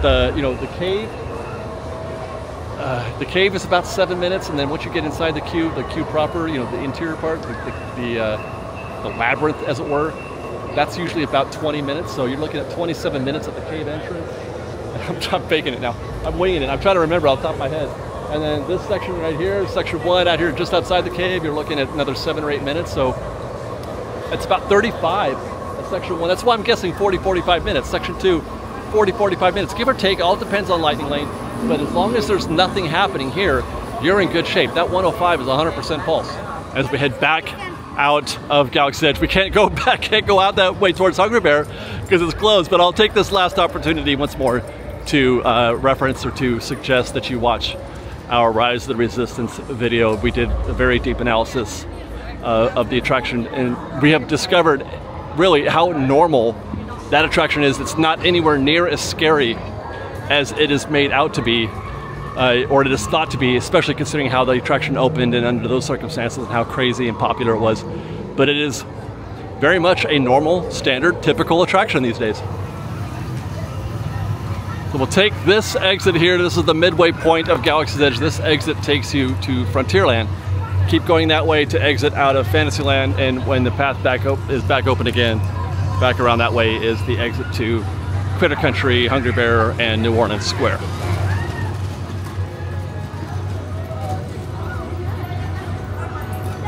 And I love this part of Disneyland because it's kind of the opposite of a lot of the hustle and bustle that you feel when you're out there in Fantasyland, Tomorrowland, and New Orleans Square. You can make this left and head down Big Thunder Trail towards Fantasyland, or you can turn right as we are to head into Frontierland and to check out Big Thunder. But I like just how wide open and sort of quiet and discreet everything is here. And then as you get further into the park, the volume starts to pick up and the intensity, and it's a whole nother conversation. But that's why I love this part of Disneyland so much, because we're approaching Big Thunder, which is on our left. Sound of Mark Twain on our right. But you know what? Before we even get into Big Thunder, let me just talk about this real quick, because these boats are going to go offline here in a minute. The Mark Twain and Big Thunder both are, I should say, I'm sorry, the Columbia are two attractions that are in that always and never category for me. In fact, that is the last boat of the day. They take these things offline at about this time every day for Fantasmic as they get the cruise ready. They close Tom Sawyer Island and they take Mark Twain and Columbia. They take them offline, take them backstage, and then get them ready for Fantasmic. But I want to talk about these because they are just like the monorail. Exactly like the monorail. I never ever worry about there being a wait. How long do I have to wait? I don't care. It doesn't matter. But it's only going to be the one rotation. Every single guest that is in one, waiting for a boat is going to get on the next boat. It is never in my life has it been the case where they couldn't fit everybody on the next boat. So as long as you're, in time for the boat that's there, you're good. You're going to get on that one. But also, it's just they're pure delight, man. Again, they are attractions that define Disneyland. They define the Disneyland experience. And I would say always say yes. Always say yes to any thought of riding Mark Twain or the Columbia, whichever is your preference. Mine is the Mark Twain. But I'm never worried about it. It's easy to get on, and it's a nice long ride around the rivers of America. It's delightful. It's an escape from, again, just like we were talking about Big Thunder Trail, it's an escape from the intensity of the park in general. And when you're on the boat and you hear the steam, the steam stacks going, and the sound of the paddle wheel, and the voice of the announcer, it just takes you down many notches, and you feel much better about yourself. It's relaxing and energizing at the same time. Always and never, Mark Twain and the Columbia. Now, we were talking about Big Thunder. This is one of the more popular, one of the more competitive Lightning Lane attractions. It's one of those top 5-6 attractions where people are using Lightning Lane. So it's going to have more impact. It's going to have a greater impact on standby. What you're looking for here beyond the posted wait time is the state of this queue out here. This is great. Even though you definitely like to get into a queue that is not out here in this section, you definitely like getting into a queue where the back of the queue, as we walk in there, is inside that rope and inside this space. It's right now, the back of the queue is around that corner. That's terrific. That's a great opportunity. In spite of, even if there's some Lightning Lane, you see a queue inside the threshold right there, inside that rope, inside the queue proper, you're looking at 30 minutes. That's with a Lightning Lane presence, which there isn't any right now, or not much of one. But that's a very good sign for you. Matter of fact, as I think about it, I think that's the only thing. The only thing that I would recommend or suggest to look out for is that section here. Otherwise, you're just kind of, it's a do I want to or not situation. There's no shortcuts. There are no bargains found inside that queue. It's very difficult to you can't check the Lightning Lane because you can't see the Lightning Lane from the outside. You have to get all the way in to the attraction before you can see the Lightning Lane. It mixes right where the queues split, where they go left and right side before the stairs. So, and that's a good spot, by the way, actually, if you are a Lightning Lane guest. That's a pretty good mix point. You're still waiting maybe, I'm gonna say 5 minutes probably from that point, maybe 7. So it's difficult to tell. As I often suggest, look at the back or look at the Lightning Lane queue to make a decision. Very hard to do that here at Big Thunder. One thing I will though note, ask for the back. Ask for at least one of the last 3 cars or so. It's a much different experience in the back 3 cars than it is on the front 3. And that's because how long it takes for the trains to pick up speed going down the hills. So you're you're halfway down the hill before you start picking up speed when you're sitting in the front of the train. Which brings us to Pirates of the Caribbean, the front of the Pirates of the Caribbean queue. And I feel like it's gotten less busy throughout the day here. I'm now looking at a virtually empty Pirates queue. It's posted at, hey, how are you? It's posted at 5 minutes, which is shockingly bad. That's the whole queue right here. That's it. There's not a single person in this section of the queue here or on the bridge. But I can, hey, how are you? But I can still make some observations for you. If this section is full of guests, no problem, no big deal at all. If the bridge has a bunch of guests, no problem, no big deal at all. I mean, it is obviously longer the further along you get in the queue, but it's still not a bad queue to be in. If I see no guests here on the bridge, that's an absolutely go situation for me. Definitely here. Obviously, we can see it's a 5-minute wait, but I'm just talking about if you're doing drive-by under normal conditions and you don't see any guests on the bridge, that's great. Things start to get a little less optimal when the queue starts to creep out or over outside these 2 ropes when they're not managing things correctly, or if the queue starts to extend back into New Orleans Square proper. It is often the case that they'll set all these ropes up. As a matter of fact, it looks like they have just recently taken the ropes down. They had some out here set up. That's what these things are here for, but they'll run this queue sometimes all the way over to the Haunted Mansion. In general though, there are very few queues that I'm afraid of here at Pirates, and that's in spite of the fact that they recently added Lightning Lane here, and it has had a negative impact on your standby wait. It certainly has made some of those standby experiences a little less desirable, but even with that, it still moves quickly. Even with the Lightning Lane influence, the standby side still moves pretty quickly. You're never actually stuck there for long periods of time like you might be at Space Mountain. There are very few queues at Pirates that I'm worried about. And if Disney does, as promised, if they remove Lightning Lane, if they remove Pirates from the Genie Plus program after Haunted Mansion opens, then there is 0 queues that I'm afraid of at Pirates. Even the queues that run out here into Pirates or into New Orleans Square up to Haunted Mansion, even in those cases, you're still looking at just a 30-minute wait. Even all the way down here. I've done it, I've waited in this queue. It's not that bad. As for Haunted Mansion and Splash Mountain, there's really not a lot of intelligence to convey in this video as of now. Haunted Mansion is currently under virtual queue, and it's going to stay that way for the near future, at least until they're done, well, probably until they're done with building the queue, which could be a while, could be a few months, into January perhaps. So we'll save that for the 2025 version of this video. Same for Splash Mountain, obviously, or Tiana's Bayou Adventure. Queue is still under construction. We're not expecting to see that open until, well, now we have a date. It's going to open on November 15th. So we won't be able to discuss how that queue works, but do know that on November 16th, I will have a really good idea, I believe, of what the optimal way is to handle Tiana's Bayou Adventure. That is assuming they're not under virtual queue, which they could be. If that's the case, then we'll wait until it's on regular Lightning Lane, which it most certainly will be. What I'll do, I'll take this opportunity to promote the rafts to Tom Sawyer Island and Pirate's Lair.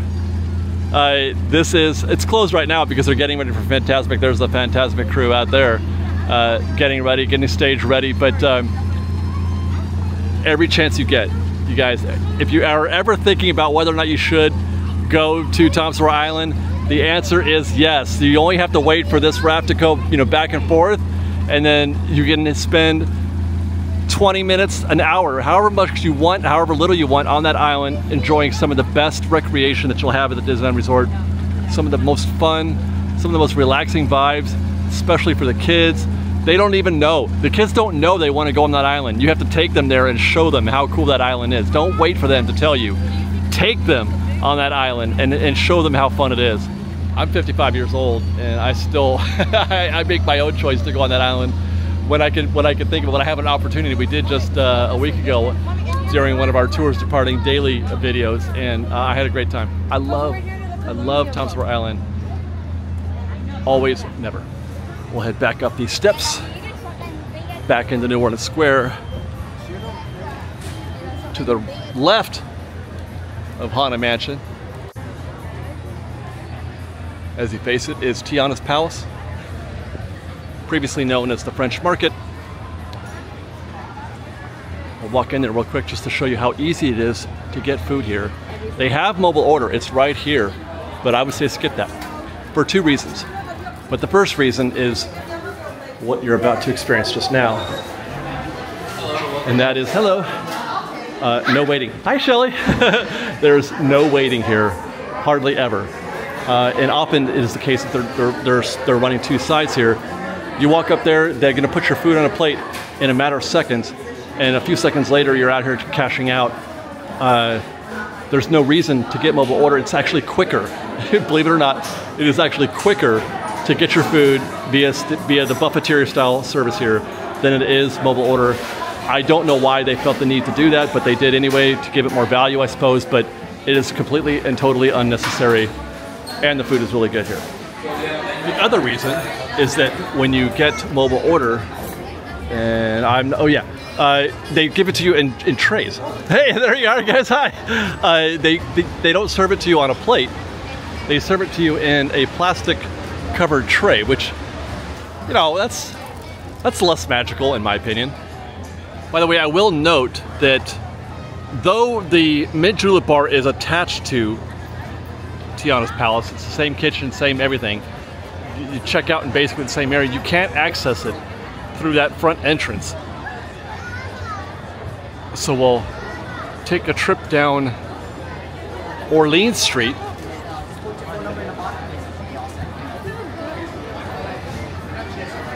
Enjoy a little bit of that New Orleans vibe back here.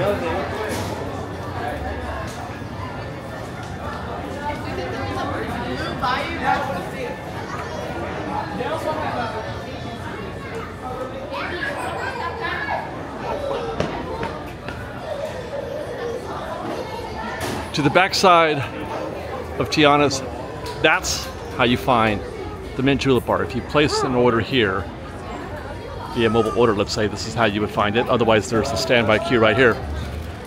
This moves quickly because they have such a small menu that even though the queue, it can get lengthy out here. Back in the day, you would see this queue run all the way down around the corner, down Front Street towards Orleans Street. Often that was the case. It's better now because there's more mobile order. But that's the Mint Julep bar. And this also would normally be the case where I would show you the Disneyland Railroad station here at the New Orleans Square. That depot is closed right now as part of the Haunted Mansion construction. Actually, the whole train is going to be closing soon also. It's going through a refurb. So we can't get to the New Orleans Square depot. But I will say that on the topic of depots and what is the most advantageous place to board, Main Street is number one, New Orleans Square is number two. This is the second most popular place for guests to deboard. You know, more guests deboard here than they do at Tomorrowland or at Toontown. And just in case I forget to go back and talk about Toontown, which I missed earlier, but I can talk about it now.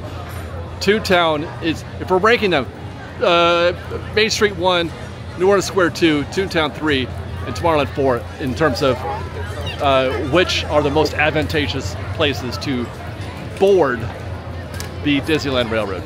And now we have found ourselves back out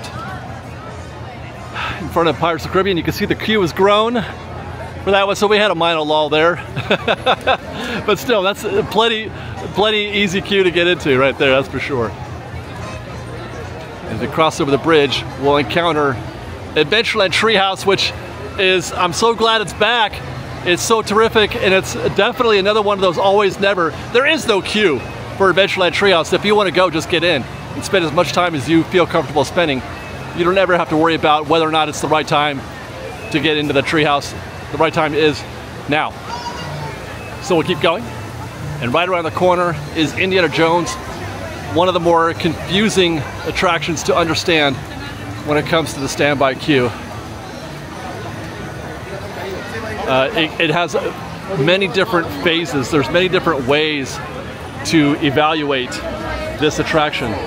But I will attempt to summarize my understanding of this attraction, my strategy for this attraction, and distill it down into one variable. Go past the regular standby entrance right here. You can go ahead and skip looking at the standby wait time. You can go ahead and pass. That's the regular standby entrance right there. This is one of those cases where it's definitely worth your while to walk to the back of the queue back here. Takes just a minute. This is the exit. We're actually going into the exit right now. These are all guests who have just left Indiana Jones. That's Jungle Cruise on our left. And what you're looking for is the state of this queue out here. What is the state of the exterior queue of Indiana Jones? The reason is because the mix point for Lightning Lane. When you're trying to strategize about how to handle standby at Disneyland, it all comes down to how it interacts with Lightning Lane and how the queue reacts before the mix point. The mix point means everything. After the mix point, we're all in the same boat. We're all the same. We're all equals. Before the mix point, standby has a distinct disadvantage to Lightning Lane. Lightning Lane has a distinct advantage over standby. Indiana Jones is one of those attractions that has a terrible, terrible mix point. By the way, if you're a Lightning Lane holder, GD Plus holder, that is the mix point right here, the entrance to the tomb. This is where they split the queue up. Lightning Lane on the left, Lightning Lane on the right, standby on the left. So these guests that are going in right here are standby guests. On the other side of that rope, which you may or may not be able to see, would be the Lightning Lane guests, which there are none. All you're trying to do when you're trying to win the individual, or when you're trying to win the Lightning Lane, when you're trying to win the battle against Lightning Lane at Indiana Jones, is to beat this section. Once you get on the ramp, once you get into the temple, you're on even ground with them. So practically speaking, if you see an empty queue here, no matter what it says out there, if it says 60 minutes out there, but there's nobody in this queue, get in that queue. You're definitely going to win, because it's going to take you right into the temple, and then you're the same as everybody else. If it's half that size, that's a win. Get in that queue. But if it's full, like it is now, that's probably not a good opportunity. You might want to wait, see what happens. Well, typically what's going to happen is, because there's nobody in that Lightning Lane queue right now, they're going to cycle a bunch of standby, and it is going to thin out. But that's what you're looking for. Any situation that you can find where this is empty, it doesn't matter what they say on the standby or on the tip board, or what they say on this posted wait time. You're looking for an empty queue, or the closest thing to empty as you can find. This is not that queue. Just saying, this is not one of those situations where I'm like, I want to get in that queue. This is one of the situations you want to try to avoid. There are people yelling at me now. You want to try to avoid situations like this. And on the most rare occasions, there's an even more visible way to tell if you should stay out of the Indiana Jones queue. And that's if they're queuing guests right here, which they were a minute ago, a bit ago. They have a cast member out here prepared to do that. If the back of the queue, there's the back of the queue right now, if that starts to come out into the walkway, they can't have that come out here, so they create a little intersection, and then they make another lane here. You see guests in this lane right here? Absolutely, that's a bad sign. Sometimes they'll even run them up these steps and send them into the Jungle Cruise queue next door. Also, an absolute no-go. All you're trying to do is beat the queue out here in the exterior queue. Everything else that happens on the inside of the attraction is going to be the same for everybody. It's very consistent. It's almost the same every single time you go in there, almost always. The back of the queue is generally going to be right about in the dig room, where they have the Mara up there on the wall and the guy with the rope that says don't pull the rope. That's generally where the back of the queue is going to be almost always. It's the same every single time. And then right next door to Indiana Jones is the Jungle Cruise. Again, this is another one that is very easy to identify in terms of good queue versus, actually there is no bad queue. I take that back. Even the worst case scenario, the queue's up there, that's the worst case scenario, but even then you're still looking at 40 minutes tops, 45. I can't think of a time in my life where I've even walked by the Jungle Cruise and saw a posted 60-minute wait time. 45 is like the highest I think I've ever seen. There really are no queues that I'm afraid of, but if you're looking for you know, a scale of things, then just try to make sure that it's not in the upper right section. Guests up there on the left, that's fine. Guests over here on the right, not so much. But even still, even then, it's not terrible. I've been in that queue, it's fine. It's 30 or 40 minutes. This is one of the slickest moving queues that you'll ever see. Again, because there's no lightning lane. And the boats are constant and ever present, and they can load a bunch of people at a time in each boat, and then as soon as they load that boat, there's another boat behind it. You don't even have to wait for the boats to unload. That's one of the genius parts of the boat mechanic. When I talk about boat rides are being the best possible conveyance for guests, Pirates of the Caribbean, Small World, and Jungle Cruise, all three are in that category, and it's because you don't have to wait for the guests to deboard. All you have to do is wait for the guests to board because they've already deboarded. They're deboarding the boat over here. The second boat in line is deboarding while the first boat in line is boarding. I don't know if that makes sense. Think about it, Astro Orbiter, okay? You gotta wait for them to get in into the rocket, then go around in a circle, and then get out of the rocket before you can get into yours. Here, you're getting into your rocket while they're getting out of the rocket at the same time. You see what I mean? Like, so it's a very efficient, slick means of getting guests in and out of the vehicles. It's amazing, it's fantastic, it's slick. We'll talk about Tropical Hideaway just briefly, if only to observe. If you're a fan of Dole Whips, which if you're a fan of Disneyland, you probably are, it's one of the 2 locations where you can get a Dole Whip. Tropical Hideaway, though, does not have mobile order. It is standby only. And I mention that for 2 reasons. One, because if you see a queue like this, don't be too scared. It goes quick because these people are all doing the same thing. It's just a simple menu item, so it's not like a complicated ordering process. This goes really quick, that queue. Even though it looks like it's a long queue, it'll only take you a few minutes. Second, if you aren't getting a Dole Whip, you actually don't have to wait in the whole queue. I know it's awkward to try to come around that queue. It's gonna be weird, but however you're capable of in terms of social acceptance, you do what you gotta do. But if you're not getting a Dole Whip, if you only want to get a bao or a lumpia, I had to stop and think, a bao or a lumpia, you can go directly to the hot food section up there and get your bao and lumpia there. You do not have to wait for all these guests to get their Dole Whips. Wow. And conversely, at the Tiki Room, the other place where you can get a Dole Whip, this is mobile order only. There is no standby service here where there used to be. It used to be the queue would run along the side here. It is mobile order only, which brings us to the Tiki Room, our last attraction of the day. And this is another one of those always never, although it's a little less always than the other ones. I'm never worried about how many people are in here. Everybody that's in this waiting area right now, everybody here is going to get into the next show, so I'm not worried about that. But some people like this show more than others. It's not always and always for me. Personally, I'm a huge fan of Tiki Room, so it isn't always never for me, but it might be less so for you. I love any attraction that's attached to Walt that Walt had a hand in, obviously. This is, you know, a classic in my opinion, and it's always worth the time. If you ever want to just feel like you're at Disneyland, you want to get that Disneyland feeling, go out there, mobile order a Dole Whip, take it in with you, and eat that Dole Whip while you're watching the show. It's the coolest thing you can do. And you don't have to ever worry about there being a huge queue holding you back.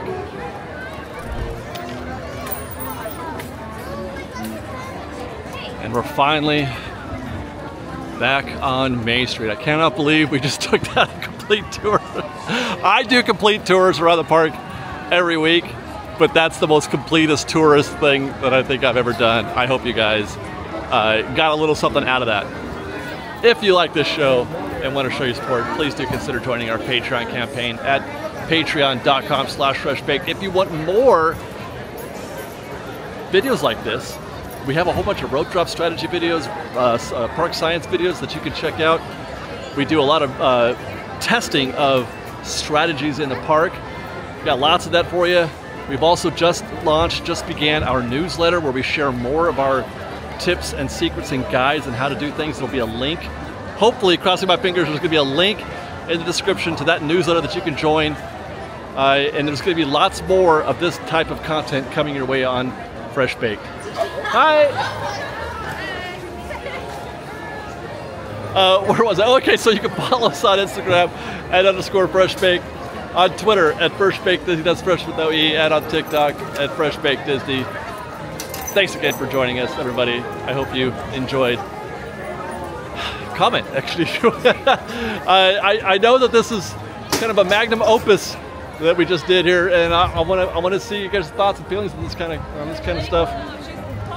It's what I love. It's something that is very close to me, personal to me, and I hope that you guys learn something or get something out of it. Let us know in the comments below. Until next time, be safe out there, be kind to one another. Fresh Baked.